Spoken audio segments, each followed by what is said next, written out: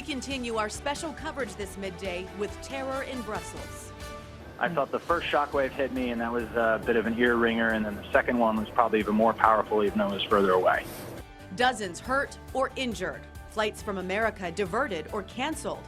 These terror attacks being referred to as Belgium's version of 9/11. You just feel like a wave explosion, a wave go through your whole body.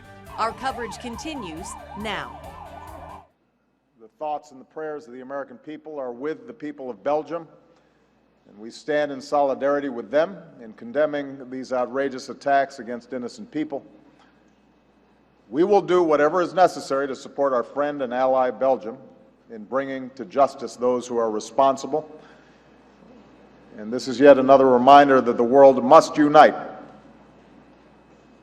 We must be together, regardless of nationality. And that is President Barack Obama talking about the terror in Brussels in front of people during his trip to Cuba.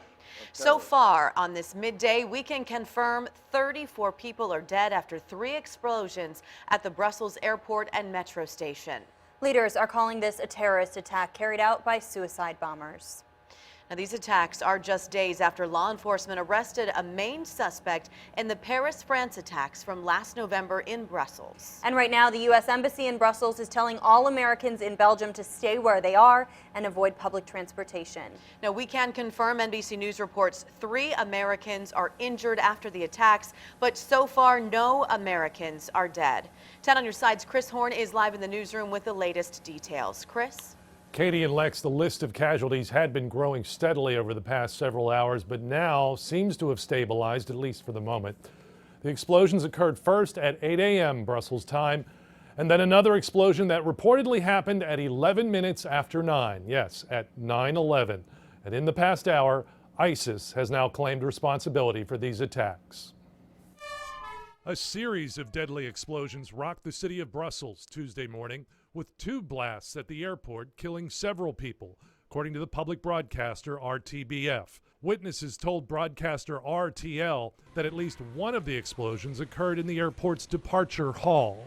8:15 this morning, I'd gone through security, 8:15 local time here. Suddenly, about 200 to 300 people went rushing away from the security checkpoint towards the gates. Authorities evacuated the airport, directing passengers onto the runways. They had us evacuate by foot on the airport tarmac, bringing us back towards the main building of the airport. A separate explosion, meanwhile, rocked a subway station in the suburb of Malbec, which is where European Union institutions are located. All metro stations have been shut down, according to the official Twitter account for the local transport agency. Additionally, all Eurostar trains to Brussels have been canceled, according to an announcement at the St. Pancras train station in London.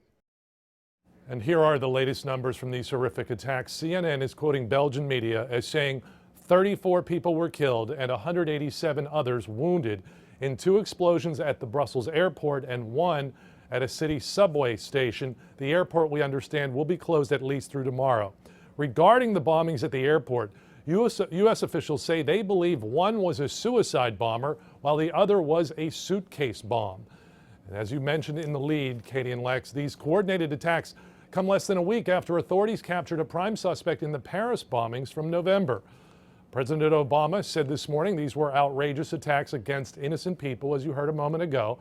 Congress, meanwhile, will have a moment of silence. That'll come up at 2:45 this afternoon. And Pope Francis also condemned the attacks and offered prayers for the Belgian people. Live in the newsroom, Chris Horne, 10 on your side. Chris, thank you very much. And of course, as this breaking news continues, we're continuing to get new information minute by minute.